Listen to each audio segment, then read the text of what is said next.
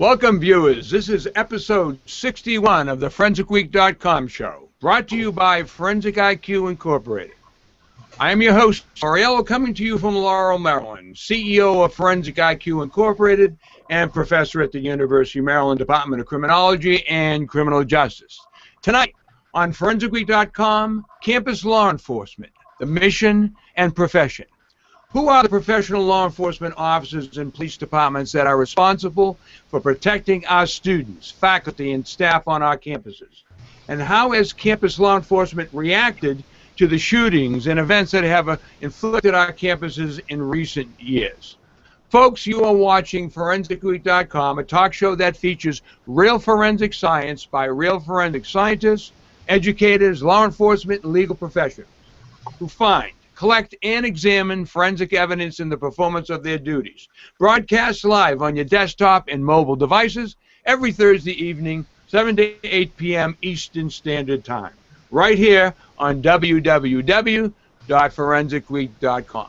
We are a proud member of the Hangout10.com live TV webcast network, which is a series of shows brought to you live using Google+, a social networking service.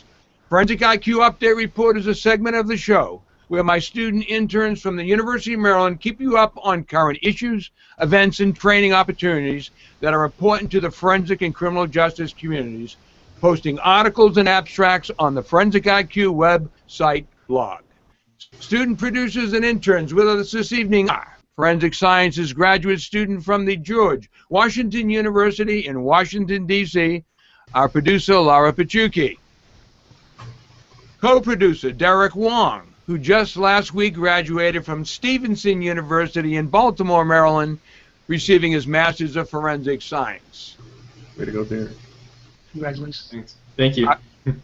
Our University of Maryland criminal justice major and Forensic IQ intern, Noel Andres. Noel will be graduating from the University of Maryland next week. Semester ending yesterday. Noel, congratulations to you. Before I introduce our guests and begin this evening's discussion, let's hear from our producer, Laura Pachuki. Thanks, Tom. Hi, everyone, and thank you for watching ForensicWeek.com. If you have any questions, comments, or ideas for future shows, please email us at forensicweek@gmail.com. If you're watching this show live and you have a question for one of our guests, you can use the comment box below, and we'll bring that up and ask on air. If you like this episode, please click the subscribe button on YouTube. You can watch all archive shows 24/7 online at ForensicWeek.com. You can also find us on Facebook by searching the ForensicWeek.com show. Like and share our page. Thanks, and back to you, Tom. Thank you, Laura. Our guests this evening come from four different jurisdictions around the country. First, Chief David Perry, Chief of Police at Florida State University Police Department and the President-elect of the International Association of Campus Law Enforcement Administrators. Iaclea. Is that right? Iaclea? Am I saying right? Okay, good, because I'm not going to say International Association of Campus Law Enforcement Administrators too many times today. Right. A little bit more about Chief Perry. He began his career as a police officer for the Albany Police Department in Albany, Georgia. He was appointed Chief of Police at Albany State University in Albany, Georgia at the age of 26 years old. Currently, he is Chief of Police for Florida State University. His responsibilities include overseeing safety, police, and security services on campuses in Panama City, Sarasota, Florida, and Florida State University School. Chief Perry is a current adjunct instructor for Florida State University School of Criminology and a certified instructor for the Florida Department of Law Enforcement Leadership Academy. Chief Perry, thank you so much for being with us. I know you're a busy man, and I appreciate you taking the time out. Happy to be here. Great. Our second guest, Mr. Chris Blake. Chris is the Chief Staff Officer for the International Association of Campus Law Enforcement Administrators, Iaclea, and he is coming to us from New England, my area of the country, in Hartford, or West Hartford, as he said. Prior to joining Iaclea, Chris served as the Director of Communications for the Connecticut Bar Association. Chris, thank you very much, and I appreciate you representing Iaclea as Chief Perry begins his reign as president-elect of the organization. Thank you, Tom. Our next guest is a gentleman who I worked with as a campus law enforcement many years ago, Chief Larry Voles. Larry Voles is the Chief of Police at the University of the District of Columbia Police Department. Larry served 30 years with the University of Maryland Police Department, where he worked his way through the ranks before retiring as Deputy Chief. Larry, it's been a long time since we've talked and seen each other, and it's an honor and pleasure to have you with us this evening. Thank you, Tom. Our last guest, a return visitor and guest of ForensicWeek.com, Captain Bob Muick. Bob has been on 2 other shows, episode 15, Gun Safety, Identification, and Awareness, in episode 18, where we talked about the Behavioral Evaluation and Threat Assessment Team, which both of which were a reaction to discussing, because of a shooting that was just off campus at the University of Maryland, where a student shooter who ultimately killed himself. And wait a minute, Bob, let me get this right. He killed himself and then he killed another student. Am I correct? Right. He killed one roommate, shot another who did survive, and then killed himself. Okay, very good. Bob, not only are you a good friend of our show, you're a good friend of mine, and certainly has done so many things to help us at the Department of Criminology and Criminal Justice. Thank you for being here. Bob has 28 years service at the University of Maryland and has served in various capacities, patrol officer, detective, supervisor, administrator, and he's currently the police academy training director. Very good. Let me now just focus my attention on my guests. You know, one of my main interests in having this show this evening and having my distinguished guests is to give the viewers an understanding of campus law enforcement as an institution and as a career. So if I could, Chief Perry, could you tell me a little bit about Florida State University's department, the background, jurisdiction, how many offices you have? We could start that way, and then we'll go through the different guests. I thought I'd start with you. Okay, just as a background, the Florida State University Police Department has only had 3 chiefs of police in its history, and I'm the 3rd chief of police. So we have a long history, but really a short history as it relates to administration. We currently have 67 sworn police officers, another 26 security officers, and recently the university showed their displeasure with me by promoting me to an assistant vice president and giving me parking and transportation services. So now I'm responsible for parking, emergency management, in addition to the law enforcement services on those campuses that you described. That is a big job, big job. We're going to come back to you in a little bit. We're going to talk to you about why, you indicated that the history of the police department is somewhat young, but so we want to talk a little bit about what was there before. But meanwhile, let's talk with Larry. Larry, tell us a little bit about the University of District of Columbia's police department. Well, we refer to it as UDC, so that'll be a little sort of like a CLIA. It'll be a little faster for you. Okay, thanks. I've been there for just a shade under 4 years. Department of 32 personnel. We have security responsibility for 4 campuses, all located within the District of Columbia, but believe it or not, it's a 30-mile round trip to visit all of them. Plus we have a site in Maryland, a farm in Maryland, and we also have a site at National Airport. So it's quite a large area that we handle. Full service police department, and we're undergoing, and since I have been promoted, or since I've been selected there, we've been undergoing a lot of different changes to upgrade a lot of our systems. Okay, great. Chris, why don't you give us a little background about IACLEA, how long it's been in existence, a little history about it, and a little bit about its mission and who it represents. Thank you, Tom. IACLEA has been around since 1958. Our mission is to advance public safety, campus public safety, by providing professional development, advocacy, and resources to our members. We sponsor an annual conference every year, which is the largest gathering of campus public safety leaders in the world. This year it's from June 20th to the 24th in Montreal, Quebec, Canada. Every 5 years we go to Canada. Our membership is mostly from the U.S., but we do have members in 20 countries. We have about 110 members in Canada, and as I said, members from 20 countries from around the world. We have a very active membership.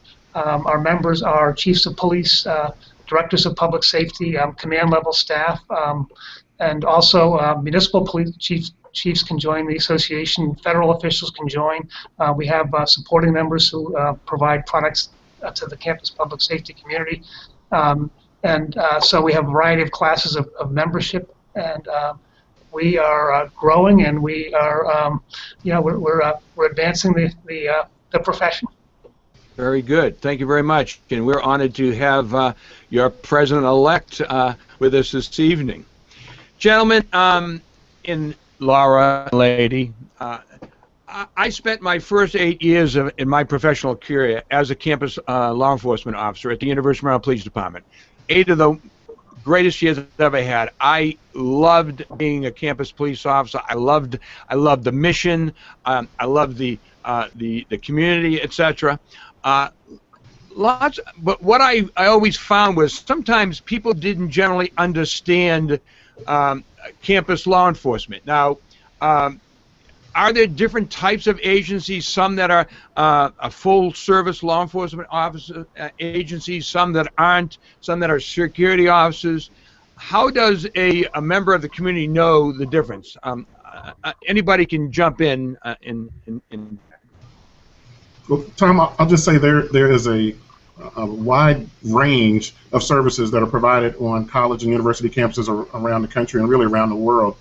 Some institutions choose to allow their local law enforcement partners in some formal agreement to provide the law enforcement services for that campus or university. And then on the other extreme end, you always will have, I think in my opinion, you'll have law enforcement officers who work on that campus, typically interwoven with a security component and maybe some other types of services with student assistance or student patrol. But it goes from one end, from campuses that don't have any security at all, and they depend on local law enforcement, some that use contractual services to have local law enforcement, to universities who have made significant investments to have their own law enforcement departments, full-fledged, those having the same training, the same authority, the same powers as their counterparts within the city, county, or within the region. Does the decision to have a full-service law enforcement department on campus, does it have something to do with location, jurisdiction, or size of the university, or the politics of the area? How does that decision get made? Tom, I can hit that one if you don't mind. Sure. I'm the chair of the consortium for the Washington, D.C. area, and we have 9 institutions that basically form a group, and that includes like American University, Georgetown, George Washington, Catholic, Howard University, Gallaudet, and Trinity, plus UDC. And that is a whole different range of different departments who have different ways of policing their campuses. From Trinity, which has a lot of contract security, to Georgetown, or George Washington, who has a huge force. It also ranges in how they're armed. Most of the departments in Washington, D.C. are not armed. There's only 2 departments within the borders of Washington that are armed. One is UDC and one's Howard. That decision is up to the individual universities. And I think you'll find that decision is now changing, and more departments are becoming armed. But it just depends on what the particular campus wants and what the jurisdiction can do. Okay. So how does the community members, how do they know what kind of services their law enforcement agency or their security agency or public safety agency is providing them? Is there confusion here because it could be different from campus to campus within a jurisdiction? Does that cause any confusion? Bob? Go ahead, Chief. Bob, you want to take that? I can answer that. I mean, because there is confusion. That is one of the unique issues involving higher education law enforcement. The fact that you may not know, the basic technically the website, we are required to publish the annual security report. That's every institution of higher education, and there they will actually give you clarification as to what their authority is, what their jurisdiction is, what services they provide. So that would be a good place to look. I could make a believe that I understood what you said, Bob, but I'm not going to because your audio is just really, really bad. So I'm hopefully it will get better as we go along. Chief Perry, do you want to respond to that? How some jurisdictions deal with that confusion is just making their public aware of the law enforcement agencies and the agreements and services that are in play. We're fortunate. We're close partners with the Sheriff's Department, who grants us a mutual aid agreement. The City of Tallahassee Police Department also is a close partner, and they grant us a mutual aid agreement. But then we also have two additional institutions within a mile of each other, and FAMU is right across the street. And so we all work very closely with activities and events in the community, so we're often standing shoulder to shoulder, so the community leaders, other people can see us in our uniforms and know the services that we provide. So that helps break down some of maybe some of the stereotypes and some of the concerns and misunderstandings basically about who we are and what we do. Very good. Since the recent shootings on campus, not just on college campuses, in high schools, etc., tell us how that caused campus law enforcement to maybe change the way they see their role, or has it caused or created new units within police departments around the country? I'd like to have each one of you talk. I'm going to jump in on this because Monday of this week we actually had a shooting on our campus. On your campus? On our campus, literally on our doorstep, the first day of summer courses. So we lived through one recently. We were able to apply our standards, our training, our lessons learned, and we still learned a few more valuable tips from this shooting. But they have evolved our campuses from long ago to as recent as Monday for us, and they're very impactful to all of our campuses when they do occur. Your department is armed? We are armed. We are. Mm-hmm.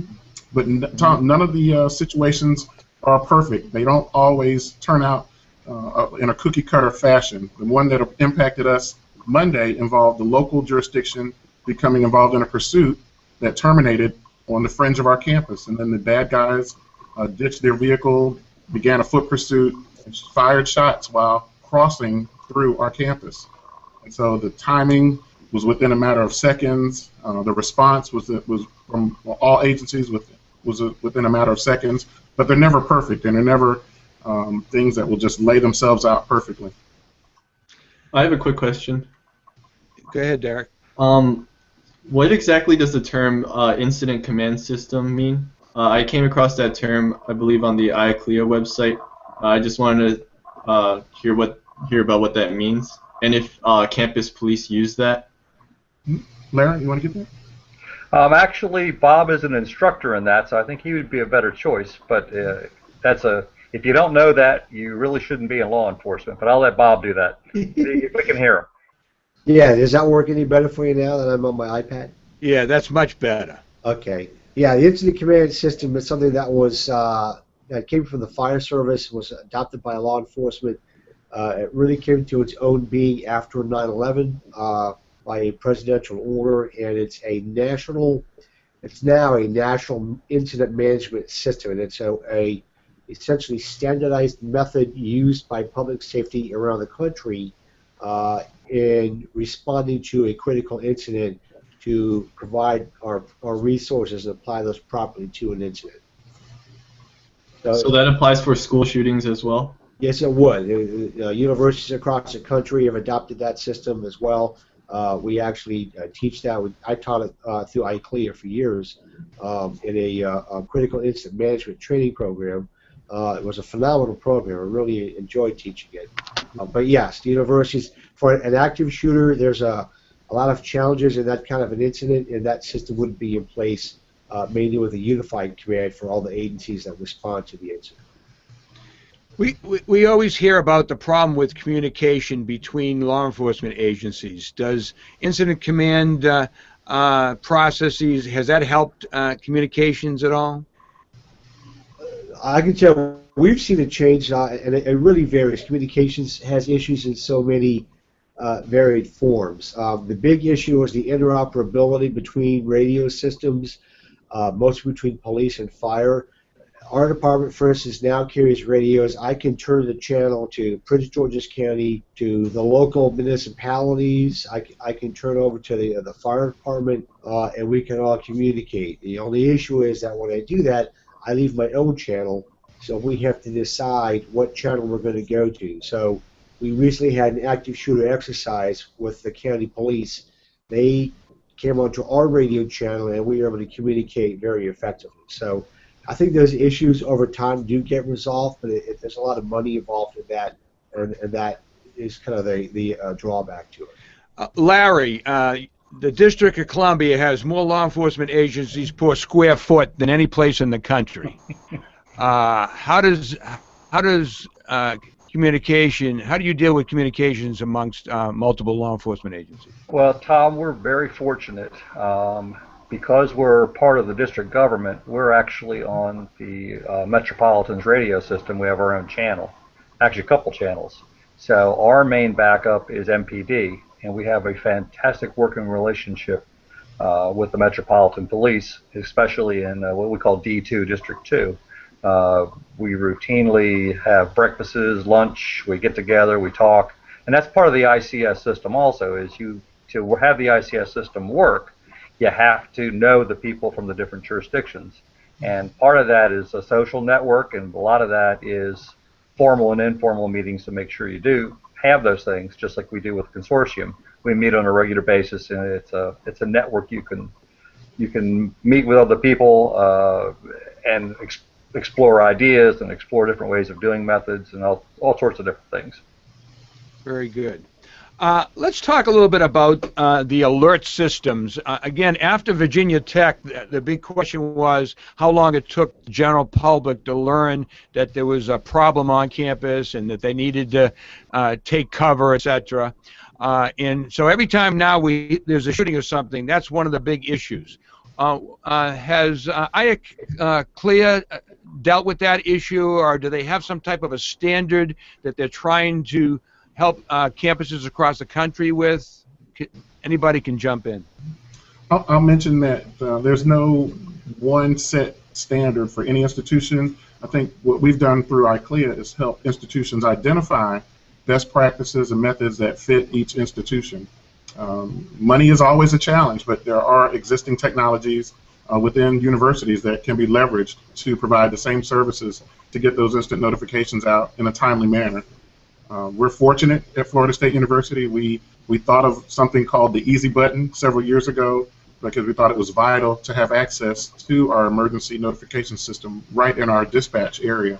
So with the university administration support, we agreed upon 5 to 6 different scenarios that if one of those scenarios were to occur, if that criteria fit, we don't have to go find the communications manager, we don't have to find the president, we don't have to wake Chief Perry up because he's sleeping good. We can just go forward with pressing one of those buttons depending on the certain scenario. So we're extremely pleased with our system. Right now we have more than 33 ways to communicate with our students, employees, and visitors. Okay, so you mentioned pressing a button. When you press a button or buttons, Is that sending text messages out to students, sending messages on computer systems? Is it affecting telephones on campus? It is. It's impacting our major notification methods, our email, our text message, our notification to students with disabilities. We already have preloaded messages for those students with disabilities.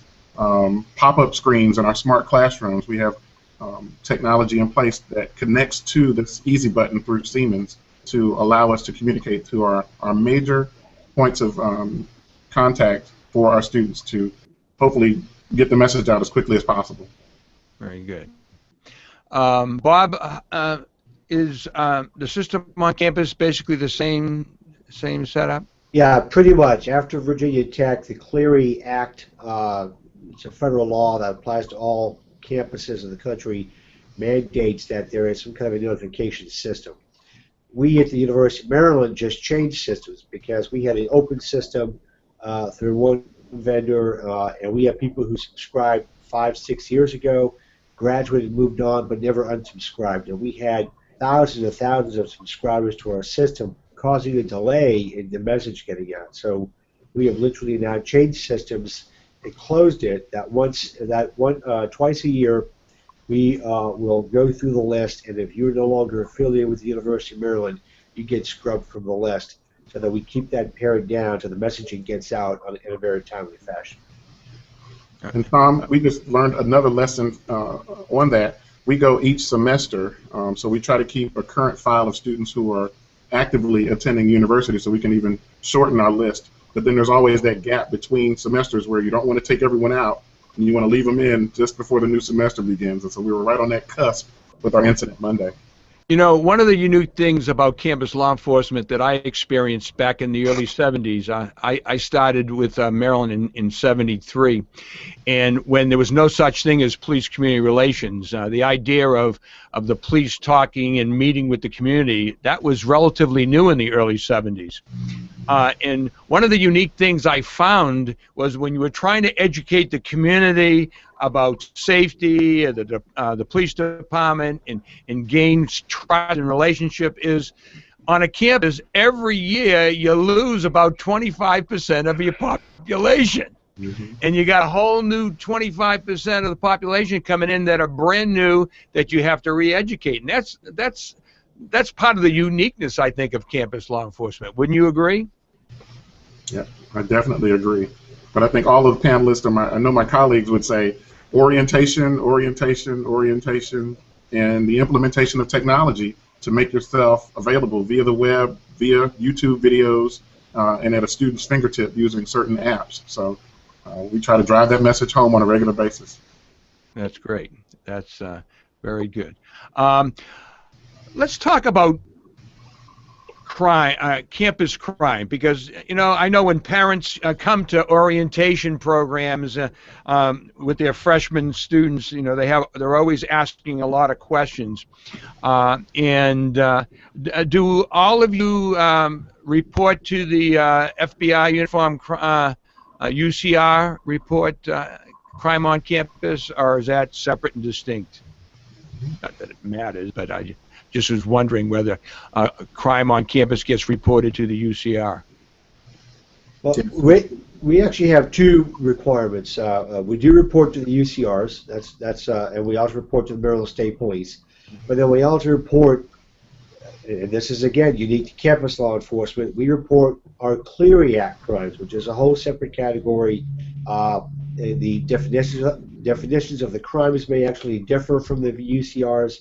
So, for instance, motor vehicle theft for a UCR, it's strictly registered motor vehicles that have license plates like cars, SUVs, motorcycles.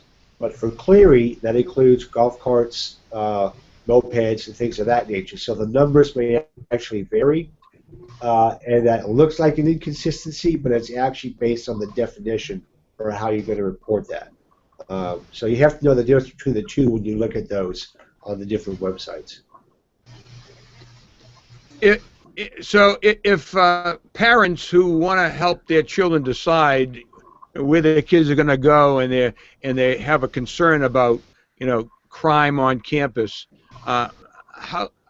what would you? How do they go to find that out? How would they determine how safe a campus is besides the campus police telling them it's safe? Well, I can hit that one up, Tom. Mm-hmm. Every department's website needs to have a link to their annual report and their clery statistics. And it has to be, some people say it's 2 clicks away, but basically you have to be able to get to the clery stats quickly.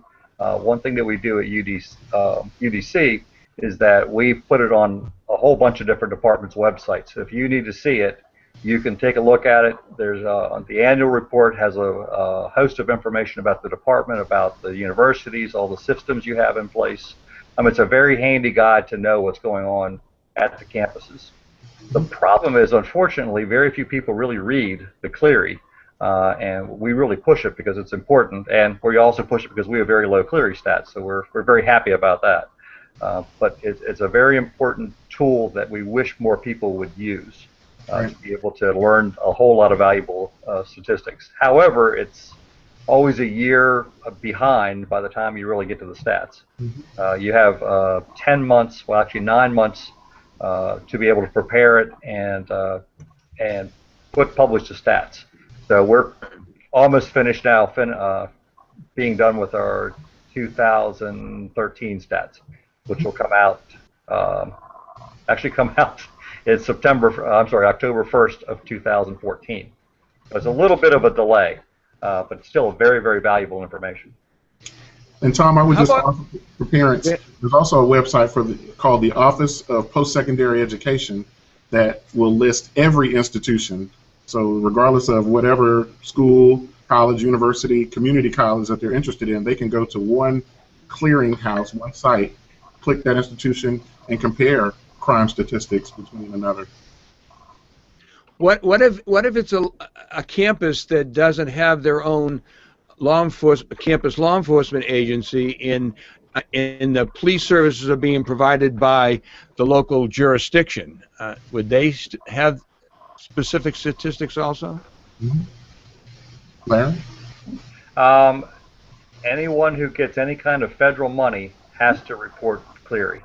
And just about, I don't know of too many places that don't have that. So if they don't have it, then it's up to the university's administration to make sure that it gets published. A lot of energy, a lot of time, and a lot of money gets spent to make sure that your clery statistics are appropriate. And the Department of Education goes to a lot of lengths to make sure that you do that properly. And there's quite a few universities that have been investigated because there's a concern about their cleries. A lot of times it's just a matter of making sure you know what the stat's supposed to say, and quite a few places do get reviewed. Okay, very good. I have a quick question. Mm-hmm. I'm just curious, when it comes to statistics, what are some of the most common types of calls that campus police get? Would it be theft? Probably. I can tell you for us, the number one is unintended property theft. It's where someone's at the library or they left the residence hall room and they've gone down the hall or to the bathroom. When they come back, the property's gone. And we have that as our most frequent incidents on campus. Mostly. The campus, the buildings are so open. The very nature of a campus is openness, and even although physical security is much better than it ever was, but people leave their labs open. There's a lot of technology, and a lot of that stuff walks off sometimes. It really does. Especially in the academic buildings. But doesn't the University of Maryland have cameras set up to monitor high traffic areas? Do the cameras work very well? The cameras work very well. We have over 500 of them on campus, but it's a very big campus, so they're really spread out. Some of the buildings have cameras on the inside. Some of the libraries, they have their own systems, and we have access to them. And yeah, the cameras do a real nice job in capturing footage of the act, but not always. They can't be everywhere. There's areas where there are privacy concerns and there are no cameras, so those issues always factor in. The cameras do, however, help our detectives with a very high clearance rate on those kinds of crimes. Well, Very, very good. is it expensive to have cameras on campus? Can most campuses can't afford them, can they? Yes, it's very expensive. It is an expensive enterprise, but the payback it leads itself to the image of the institution as to the value it has in reducing crime and solving crime. So it's kind of hard to put a price tag on that. But yeah, all that technology does come with a price tag. Mm. But that's not the only type of technology that is used on a campus. Cameras are wonderful, and we have several $1 million tied up in technology. But that also includes access control, alarm systems, emergency notification systems. There's a whole host of electronics and technology that's used. It's just not cameras. We always like to say that a camera is fantastic, providing you know who you're looking for and what the person is. So you couple that with several different areas, motion detectors, a whole host of different things, and then you have to have the personnel to be able to respond to that and take care of it. We have put a huge push on technology, and we have had a large reduction in a lot of property thefts that we've had, just because either you can't get in or we're able to spot you when you're doing things. It has been fantastic. We also have a big push to make sure that people don't leave their property laying around. If you leave it abandoned, then it's abandoned property, and people take it. Very good. Ladies and gentlemen, you're watching ForensicWeek.com. This week, our topic is campus law enforcement, the profession, and we have some guests from around the country, and also the president-elect of IACLEA, that is the International Association of Law Enforcement Administrators. What I'd like to do is I'd like to call upon my intern, Noel Andres, who will give us our Forensic IQ update report. I think you have a couple of training items to tell our folks about, and then we'll come back to our guests. Noel? Hey everyone. I first want to start off by telling our audience to get ahead with free forensic summer courses that are offered by West Virginia University. These courses will allow both forensic professionals and civilian practitioners to develop their skills on a variety of topics, including forensic photography, latent print development, paint evidence, blood presumptive testing, fiber identification. All these courses will take place on Morgantown, West Virginia campus, and upon completion, each participant will receive a certificate. All these courses are free, but the only thing people have to do is pay for travel and lodging costs. So if visitors, they go to our blog online, they'll see a list of all the courses, the dates, and the specific times. So if they're interested, I highly suggest check out our online courses. Very good. Anything else, Noel? Was there another one? Yeah, I have another one. For our viewers who are viewers and audience who don't know, the American Academy of Forensic Science offers a job posting webpage for applicants and candidates who are seeking a career in forensics. Not only can the applicants search for jobs by a preferred state or country, but they can also search by a specific field or application deadlines. And some job postings include forensic toxicology analyst, forensic pathologist, firearms examiner, latent printing examiner, and also professors for universities. So if anyone's interested in looking for a job, or then if they know anybody that's looking for a job, I highly suggest that they check out this website. Once again, it's the American Academy of Forensic Science website. Derek, are you hearing this, Derek?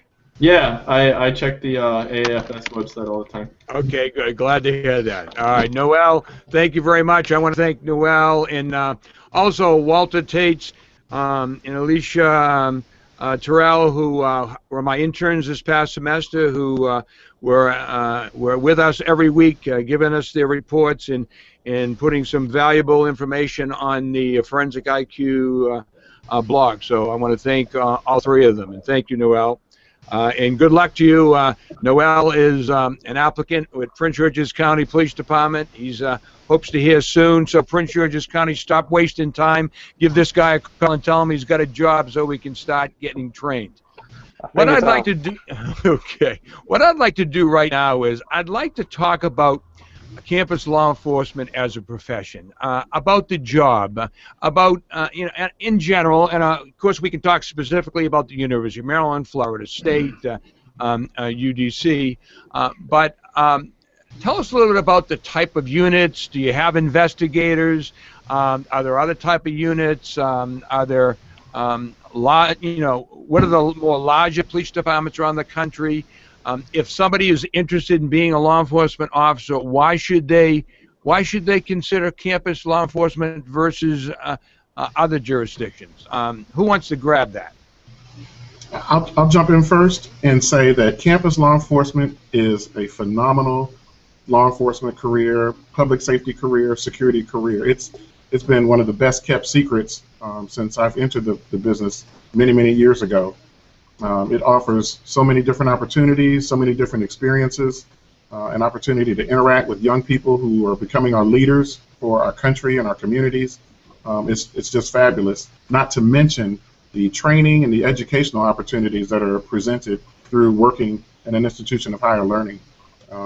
I'm standing on my soapbox right now and one of the largest cheerleaders for the profession because I see the work that we do. I know the importance of it, and I'm just really proud to represent campus public safety in the work that I do each day.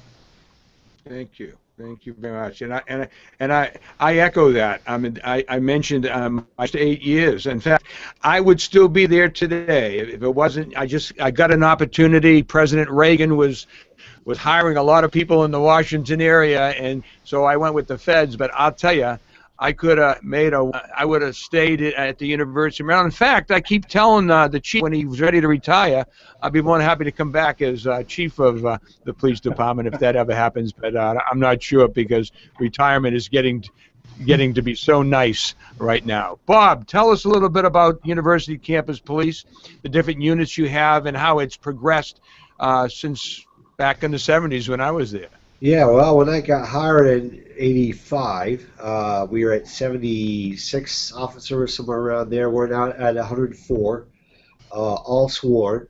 Patrol would, of course, make it the bulk of the department, and it does. We have criminal investigations, and attached to them is our CERT team. And CERT for us is essentially a plainclothes street crimes unit. We have crime prevention, we have a canine unit, we have a special event unit. In fact, Larry used to be in charge of special events. And then we have our academy staff. We actually run a state-certified academy here at the university. I'm currently the training director of the academy. So there are opportunities. It really depends on the size of the agency. The larger the agency, the more specialization you may actually experience. And then, of course, the smaller it is, I think the more you'll find it tends to focus more on the patrol function for the safety of the institution. I have a question. Now, for students who might be interested in the profession, do you offer ride-alongs? Do most campuses offer ride-alongs for students that might be interested? Oh, yeah. I'd say absolutely. Oh, yeah. Ride-alongs started in the 70s, Derek, and which was a great opportunity to see firsthand what law enforcement in general is all about. And I always tell the story of one of my students back. He's an agent, a federal agent now, but about 20 years ago he was a student of mine. He did a ride-along with the Maryland State Police, and in the middle of the night they stopped a car, and there was a warrant for the owner of the car's arrest, and the guy kept saying, "That's not me." Of course, he didn't have any ID on him. So they brought him into the station and fingerprinted him, and of course there was nobody who could fingerprints in the middle of the night who was working the graveyard shift, but my student who had just got through having my class on fingerprints identification. And he was trying to be a good ride-along student and keep his mouth shut, but he kept looking at the fingerprint card and looking at the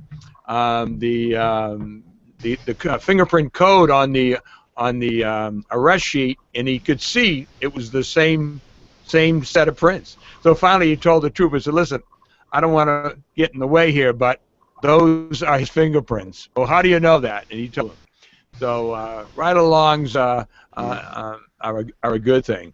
I think, Tom, in addition to ride-alongs, I think all of our agencies now open our doors to citizens police academies, and that really gives citizens, students, community members an opportunity to learn hands-on with our agency, interacting with our law enforcement officers through a 7 or 9 week period. So that's really an opportunity.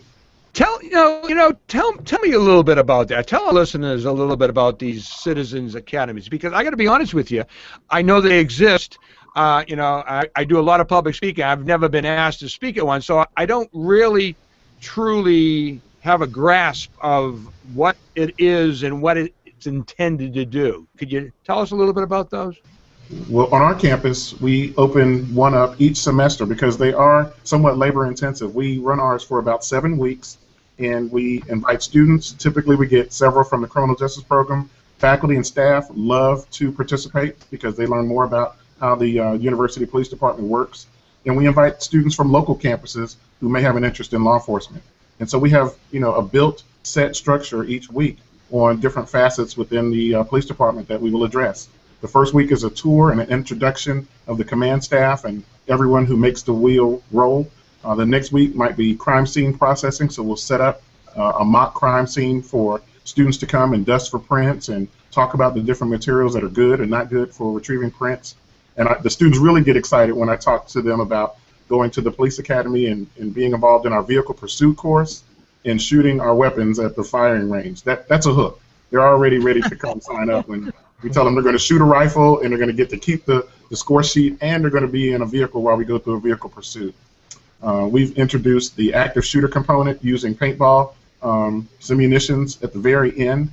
We include traffic stops. So really we want to educate our students, our employees, and community members about what it is that it takes for us to do business as a campus public safety official, so they will go out and they will hopefully deal with some of the understandings and misinterpretations of campus public safety. So we use them as our advocates once they finish the program.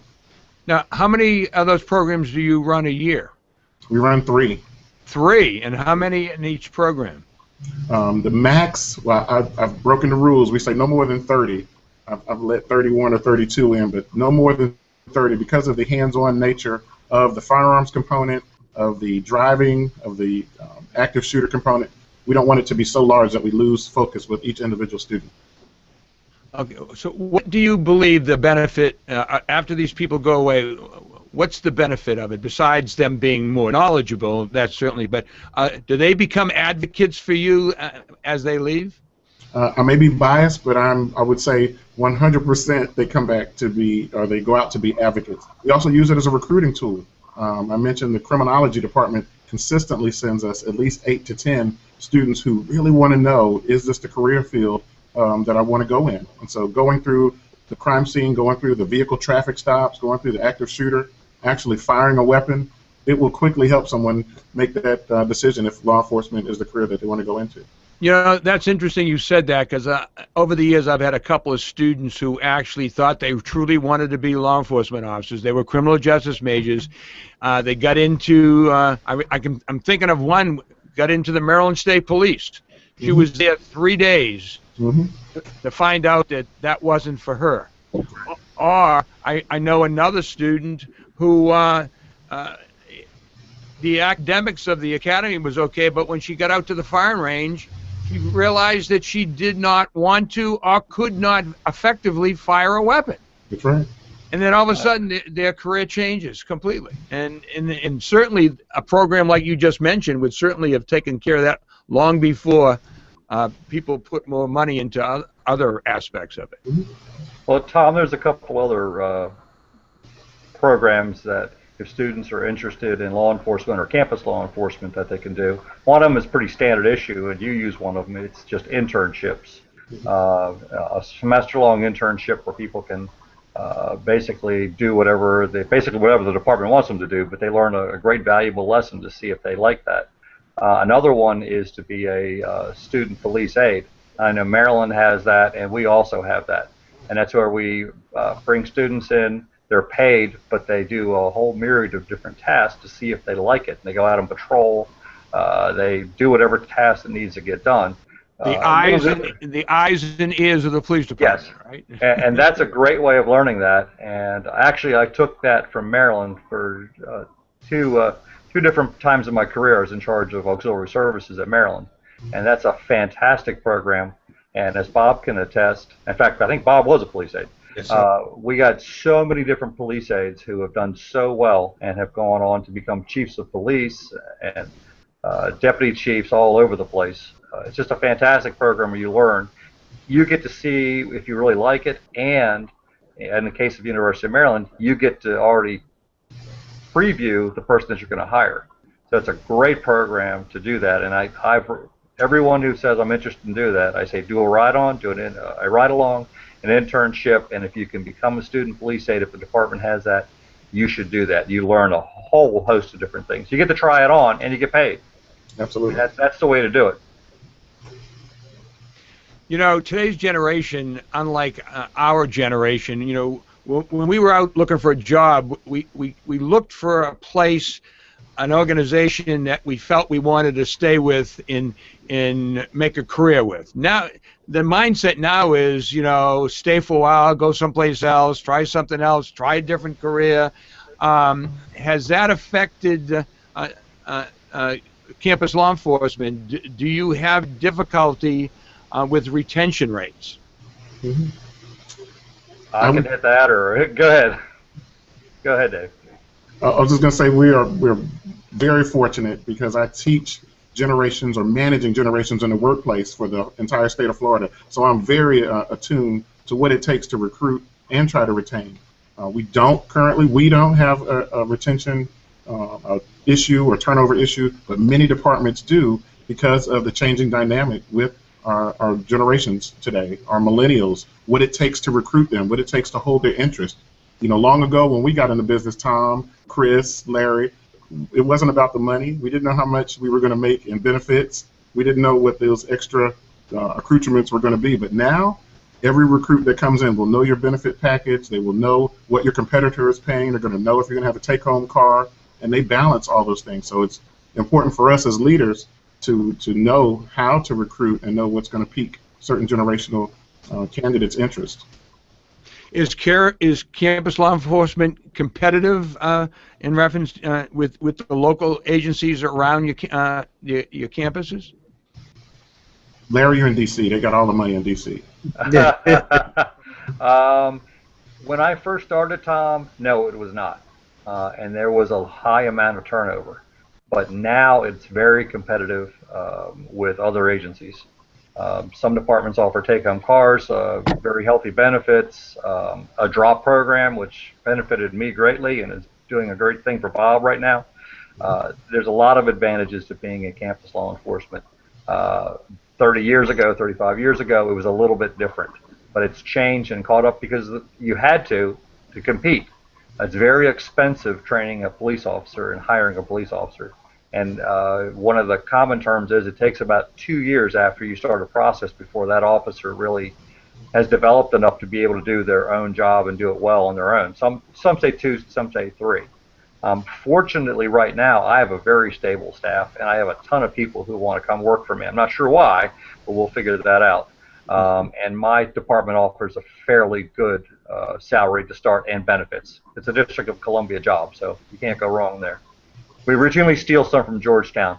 I hate to say that. And Tom, the reason I say that is Jay Gruber's the chief over at Georgetown.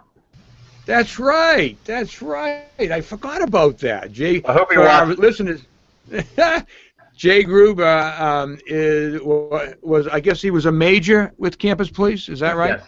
Mm-hmm. Yeah. With the University of Maryland, and he's now over at Georgetown. So I guess the University of Maryland, some of the graduates of the University of Maryland Police Department are doing pretty well. Mm-hmm. Yes, they are. John Brandt's doing well, and so is Mark Sparks. Mm-hmm. Very good. Very good. Let's get back a little bit about IACLEA. And Chris, you mentioned that you have a conference coming up soon. Tell us a little bit about that and in the training and speakers, etc. That's correct. Thank you, Tom. Our annual conference is really a chance to bring together our members for a series of educational workshops. We have general sessions. We try to, we have a call for proposals process where we invite our members to submit proposals, and we have a committee that reviews them and selects programs of interest to the membership. We have in the past, for example, following the tragic shootings at Virginia Tech, we had already set the program for that year, and there was a lot of demand for active shooter training, so we did, that year, we added a program on active shooter training. We do have a good peer review process for selecting programs, and so that we want to make sure that the programs that we do put on at the annual conference are the ones that our members want and need the most. But there's also a networking aspect to a conference where when you attend the annual conference, you get a chance to talk to your peers, to exchange information, to brainstorm, to talk about your daily challenges and how you go about meeting those challenges, to exchange information. I think David and Bob and Larry would attest that friendships are forged at the conference, and people have resources and people that they can talk to when they have a problem. They're not alone. They can rely on their colleagues to come up with solutions to their problems. Yeah, it's funny you say that, because I agree with you 100%, because all of us here, not including Laura, Derek, and Noel, have learned to learn the same way, communicating in the room, talking to people. But I got to tell you, I just took my course. I've been teaching a forensics course for the last 34 years in the lecture hall, touching my students, seeing them, knowing whether they were understanding me, watching their faces and everything else. And after 34 years of doing that, I actually flipped my classroom, and all my lectures are now online, and because that's what the generation wants. They, rather text you than talk to you. And they, I got to be, it's interesting. My class used to have about 8 hours in the crime lab. Now it has 22 hours in the crime lab, because all the time that I spent in the lecture hall, they spend at home whenever they want to do it. Mm-hmm. And it's interesting, because the generations have changed. I found that I got less and less questions back and forth in the lecture hall. I said, I'm the only one talking here. They're too busy with their their various mobile devices in their hands. I let them put their bring their laptops in, because they were supposed to be. That's how they said they were taking their notes. But when you look at what they're looking at, it's other things. But I gotta say this, because a student made me change the way I thought. I had a student sleeping in my class, which I never experienced before. Not only he wasn't just, how when we fell asleep, we used to go like this, right? So you couldn't see our eyes. This guy was laying across the chair like this, So I stopped. I didn't direct my attention to him. I said, hey, those of you who might be sleeping right now, wake up, pay attention, go in the back of the room, or just get out, During the break, he came up to me and he looked me straight in the eye. He said, Professor, what's your problem with me shutting my eyes and sleeping in the classroom? Mm-hmm. Now, I stood back. I thought he was being, I thought he was being disrespectful, but when I looked at him, he wasn't. He was really asking me that question. And then he showed me his notes. He said, hey, here's my notes. I get this. I chose to lay back because, so when they're watching my videos at home, they can be with their eyes closed, they can be in their underwear, they can be doing what they want, and that's the way they want to learn. So I just say I see conferences. I know in the federal government, mainly because money is so tight, that conferences, the way we had them, are really they're actually just going away. And I think that I have a feeling that what we're doing right now on Google Plus is going to be the way we we learn and experience each other, which is okay for them. It's a little unusual for us, but bottom line is, as long as we're getting the information, I guess we can't argue. I got to tell you, the hour is up already, and I really want to thank you. The hour goes so quickly. We wondered, did we accomplish anything? I think we really did. One, because we get an opportunity to meet all our fine guests: Chief David Perry from Florida State University, Chris Blake from IACLEA. Am I saying it right? I just feel like it's not right when I say that. Chief Larry Voles from UDC in Washington, my good friend Captain Bob Muick from the University of Maryland, and then of course my producers Laura Pachuki and Derek Wong, and my intern Noel Andres. I want to thank all of you for another show, and I really believe that our viewers had a great opportunity, that were listening live to hear about campus law enforcement and the opportunities that exist there. But we have many more viewers who will be watching in our archived recording in ForensicWeek.com YouTube channel. So I want to thank you very much, and I thank all our viewers for being here. You've been listening to ForensicWeek.com. Brought to you through the cooperation of Hangout 10, a live TV show network. Thank you very much, and see you next time. Come on, Good night. Bye.